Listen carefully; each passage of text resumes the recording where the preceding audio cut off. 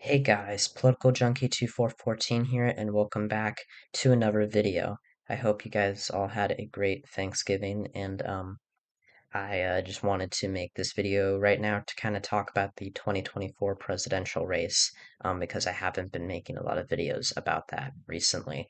And, politics the last couple of months have basically exploded with, the speaker election, Mike Johnson replacing Kevin McCarthy as Speaker of the House. Of course, the debacle with with Congress not being able to fund the government and having to pass two continuing resolutions, as well as a lot of other news that such as what we're going to be focusing on mainly in this video, Joe Biden's abysmal polling numbers, both in approval rating and the polls that are showing him losing to Donald Trump.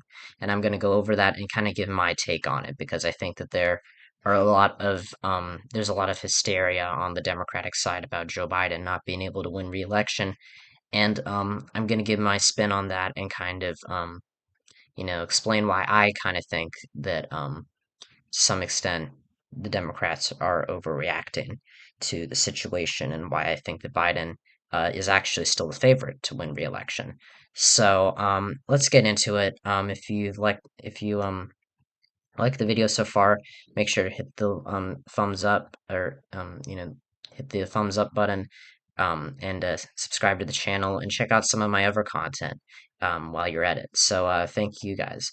And so we're going to talk about the Republican primary, which has become it's narrowed down. We lost so Mike Pence and Tim Scott at this point have both dropped out. Now we're down to basically, it's a seven-way race, really. Donald Trump is still very much the favorite. And last time I think I really talked about the primary in depth was back after the first debate. And it actually looked like the Trump not attending the first debate actually did kind of hurt him a little bit.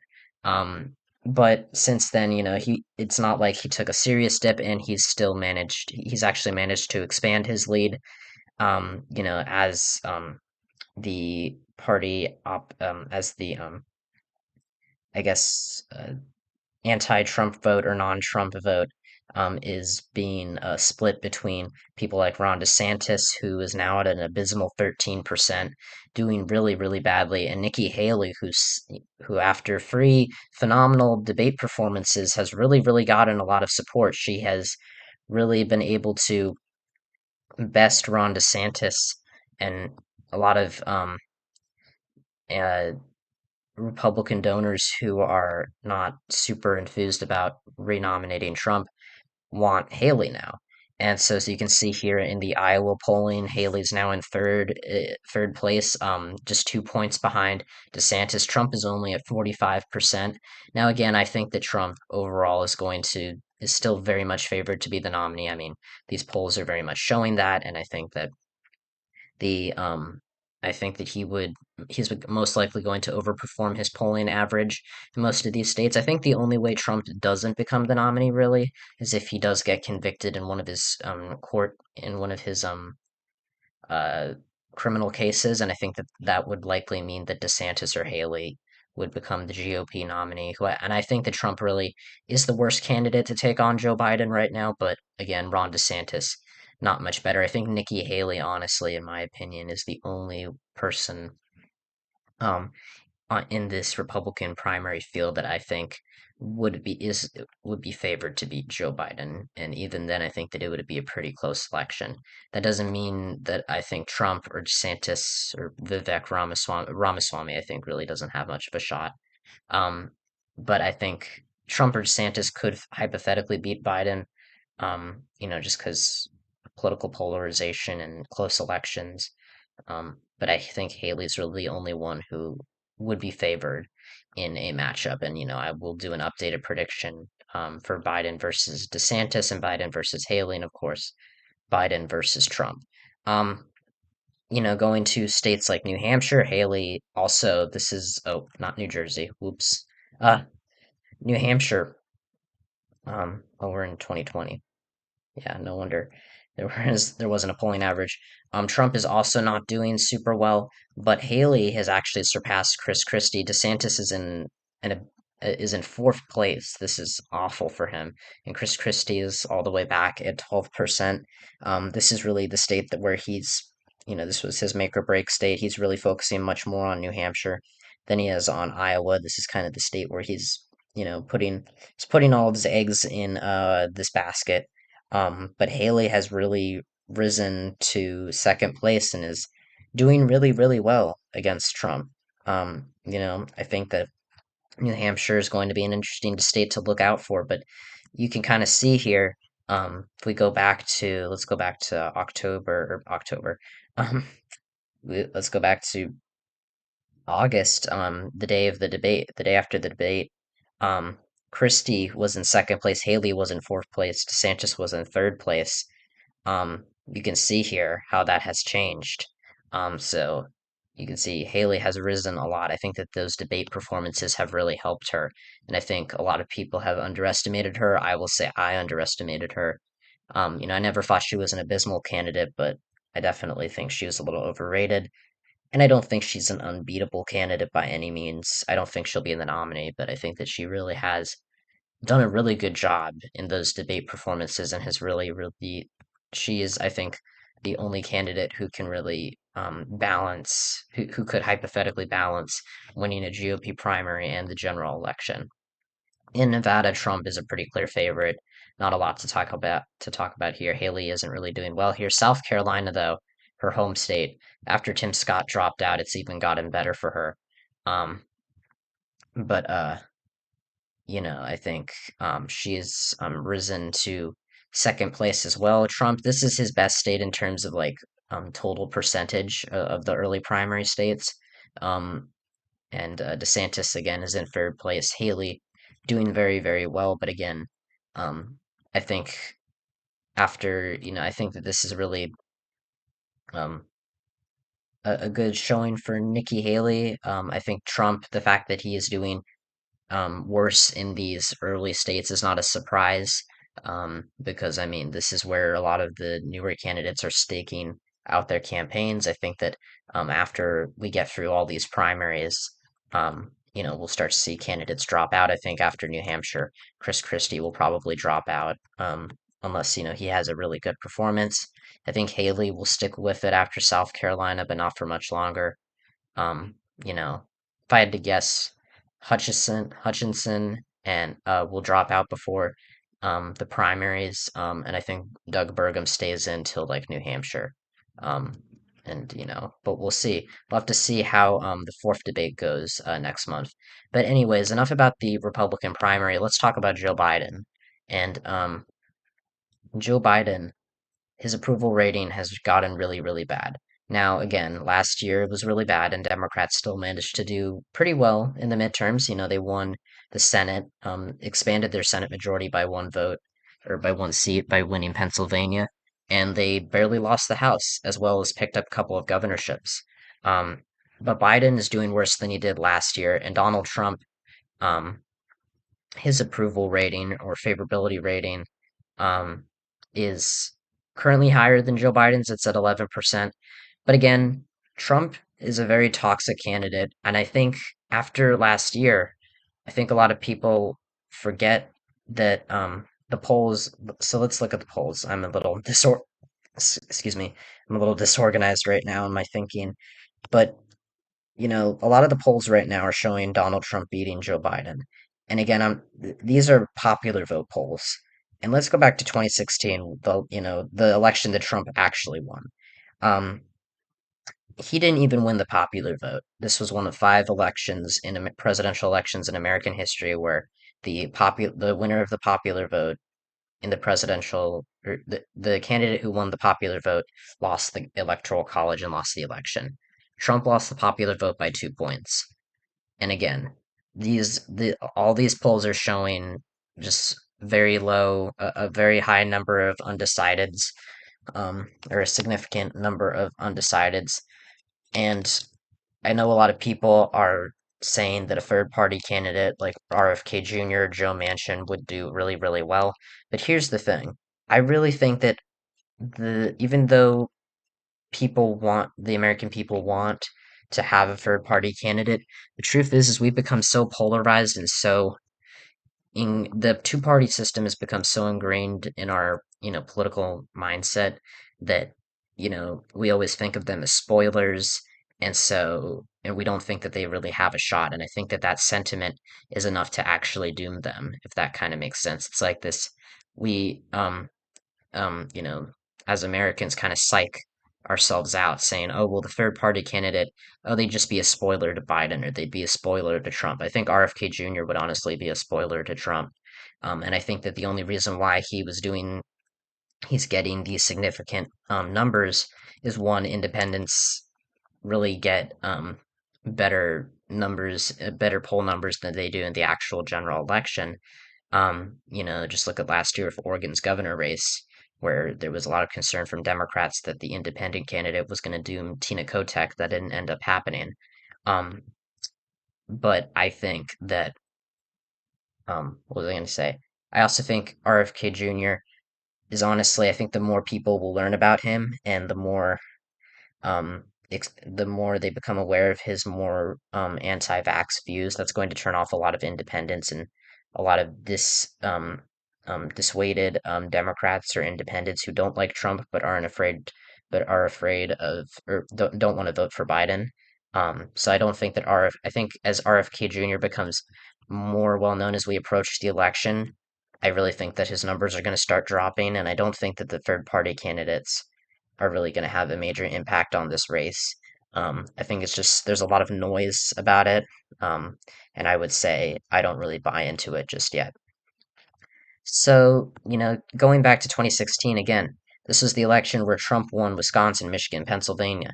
He flipped five states in the Rust Belt, well as Iowa and Ohio. These were, these three states were part of the Blue Wall, Wisconsin, Michigan, Pennsylvania. They hadn't voted red in unison since 1984. Wisconsin hadn't voted Republican since 1984. Michigan and Pennsylvania, last time they went Republican before this was 88. So this was a big deal. But again, Hillary Clinton still won the popular vote because she won the most populated states, like California and New York, by massive margins. And give me a second.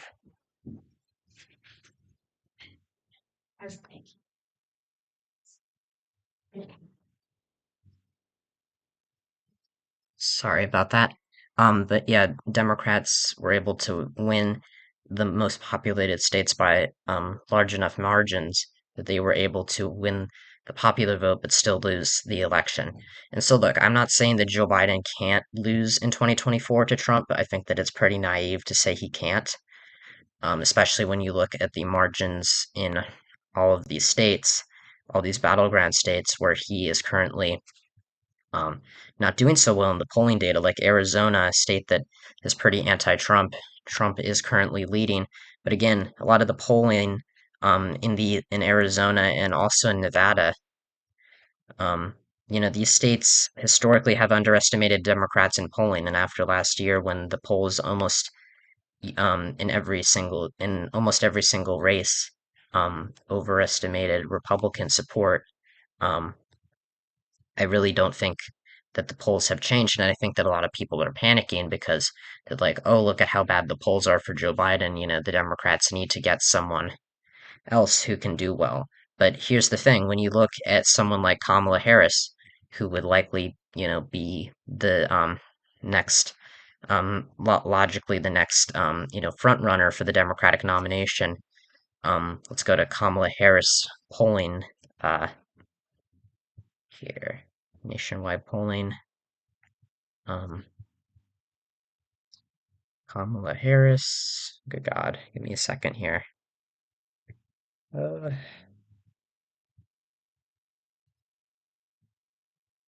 uh, where is it? Kamala Harris versus Donald Trump. You can see a lot of these polling numbers. Kamala Harris is still losing. Now, again, I don't think she would lose the popular vote, and I don't think she's as bad of a candidate as some people make her out to be.